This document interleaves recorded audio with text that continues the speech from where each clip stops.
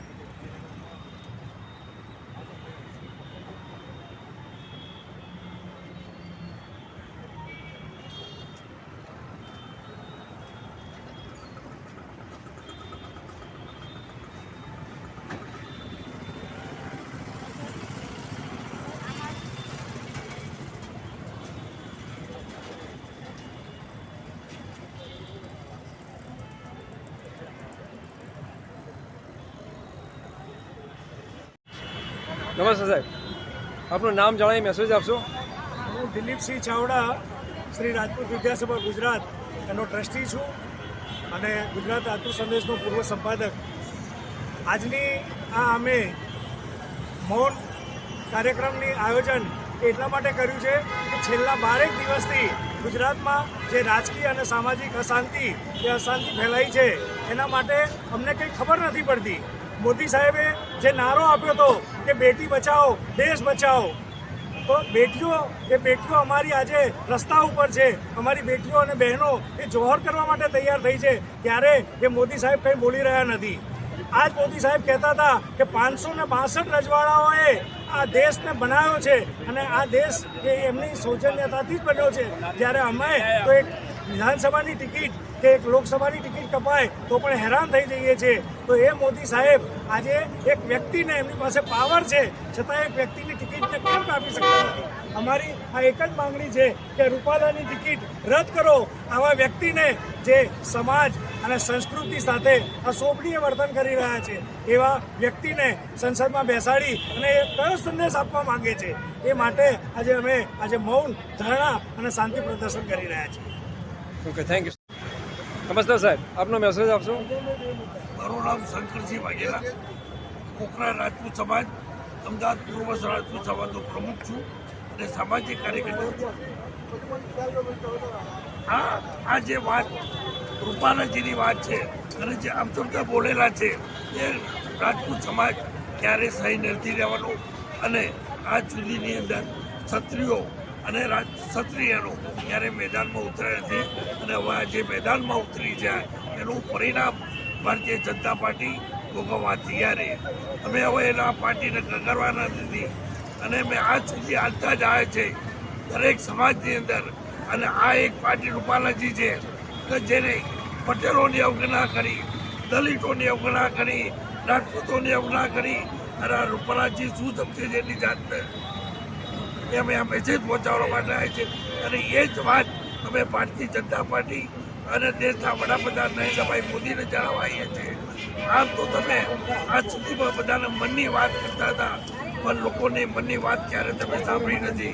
તો હવે નરેન્દ્રભાઈ આ પરિણામ ભોગવવા બી તમે તૈયાર રહેજો. Thank you sir.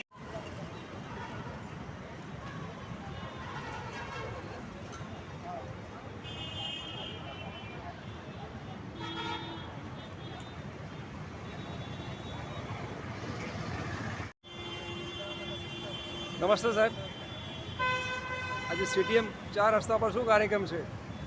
આજે અમે મૌન ધરણાનો કાર્યક્રમ રાખેલો છે. પુરુષોત્તમ રૂપાલાએ જે અમારા રાજપૂત સમાજ ઉપર જે ટિપ્પણી કરી છે, અભદ્ર ભાષાનો જે પ્રયોગ કર્યો છે, એમની ટિકિટ રાજકોટ સીટ ઉપરથી રદ કરવા માટે અમે રાજપૂત સમાજ ઘણા ટાઈમથી આમ તો આંદોલન ચલાવીએ છીએ. આજે એને આગળ વધારવા માટે અમે સ્થાનિક લોકોએ અહીંયા માતા બહેનો અને સમાજના આગેવાનો એ અહીંયા એક મૌન ધરણા કાર્યક્રમ 2 કલાકનો રાખેલો છે. એ અત્યારે ચાલુ રહ્યો છે. Okay, thank you sir. આપનો મેસેજ આપશો સાહેબ? જય માતાજી. અમારી એક જ માંગણી છે કે રાજકોટની સીટ ઉપરથી રૂપાલા સાહેબની ટિકિટ રદ કરો. તદુપરાંત મારી એક મોદી સાહેબને વિનંતી છે કે આજથી ચૈત્રી નવરાત્રિ ચાલુ થઈ છે. આપમાં આદ શક્તિના ઉપાસક છો અને ગુજરાતની અંદર આ નારી શક્તિને કેમ આટલો અન્યાય છે એના માટે વહેલામાં વહેલી તકે એનો નિર્ણય લો. Okay, thank you sir. નમસ્તે સાહેબ, આપનો મેસેજ આપશો? હાજી, હું ઝાલા ધીરુભા દેવુભા, જીટી વિસ્તારના સામાજિક કાર્યકર, રાજપૂત સમાજના એક અદાના કાર્યકર તરીકે આજે આ મૌન રેલી યોજીને અમે ભારતીય જનતા પાર્ટીને તેમજ અમારા સમાજ વતી જે સમાજના બહેનો ઉપર અને સમાજની અસ્મિતા પર જે અત્યાચાર થયેલો છે એના વિશે સમાજ સંગઠિત છે. દરેક ગુજરાત શહેરના દરેક ગામડા, દરેક તાલુકાના દરેક જિલ્લામાં વિરોધના પ્રદર્શનો થઈ રહ્યા છે. દરેક જગ્યાએ બેનરો લાગ્યા છે. ભાજપનો દરેક જગ્યાએ બોયકોટ થાય છે. આમ તો અમે ભાજપની પડખે છીએ, છતાં પણ અમારી નમ્ર વિનંતી એ છે કે માત્ર ને માત્ર રૂપાલાને બોયકોટ કરો. તો અમે હજી આજે પણ ભાજપની સાથે છીએ. બાકી જો ભાજપ રૂપાલાનો બોયકોટ નહીં કરે તો અમે પણ ભાજપની વિરુદ્ધ જઈશું અને ભાજપનો પૂરેપૂરો વિરોધ કરીશું. અને આ માટે અમારે જે કંઈ કાર્યક્રમો કરવા પડે, જે કંઈ ઓલી કરવી પડે, એના માટે અમારો સમાજ બધી રીતે તૈયાર છે. અમારા સમાજની સાથે સાથે અમારી બહેનો, અમારી માતાઓ પણ રણે ચડી અને રણચંડી બનવા તૈયાર છે. એટલે ભારતીય જનતા પાર્ટીને ખાસ અમારા વિનંતી છે કે ખરેખર અત્યાર સુધી જે મૌન રહી અને જે લોકો કોઈ બી એક્શન નથી લેતા એ ત્વરિત નિર્ણય લઈ રૂપાલાનો બોયકોટ કરે, રૂપાલાને કેન્સલ કરે, એ જ અમારી માગણી છે. અને આ માગણી નહીં સ્વીકારાય તો હજી આનાથી વિશેષ ઉગ્ર કાર્યક્રમ થશે, ઉગ્ર આંદોલન થશે અને એના પ્રત્યાઘાત ભાજપને ભોગવવા પડશે. જય હિન્દ, જય માતાજી. Thank you sir. નમસ્તે સાહેબ, આપનો મેસેજ આપશો? મારું નામ જગતસિંહ બલદેવસિંહ ચાવડા, રાષ્ટ્રીય રાજપૂત કરણી સેનાનો ઉત્તર ગુજરાતના સંગઠન મંત્રી. અહીંયા સીટીએમ ખાતે આજે જે મૌન ધારણા અને વિરોધ પ્રદર્શન થઈ રહ્યું છે એ અંગે અમારે કહેવાનું કે આજે મોદી સરકાર કે ભાજપ સરકાર જે હિન્દુત્વ બાબતનો યશ લઈ અને બહુમતીથી રાજ કરી રહી છે એ હિન્દુત્વને યુગોથી આક્રાંતાઓ સામે લડીને અને ક્ષત્રિયોએ જાળવી રાખી. આજે એ જ ક્ષત્રિયોનું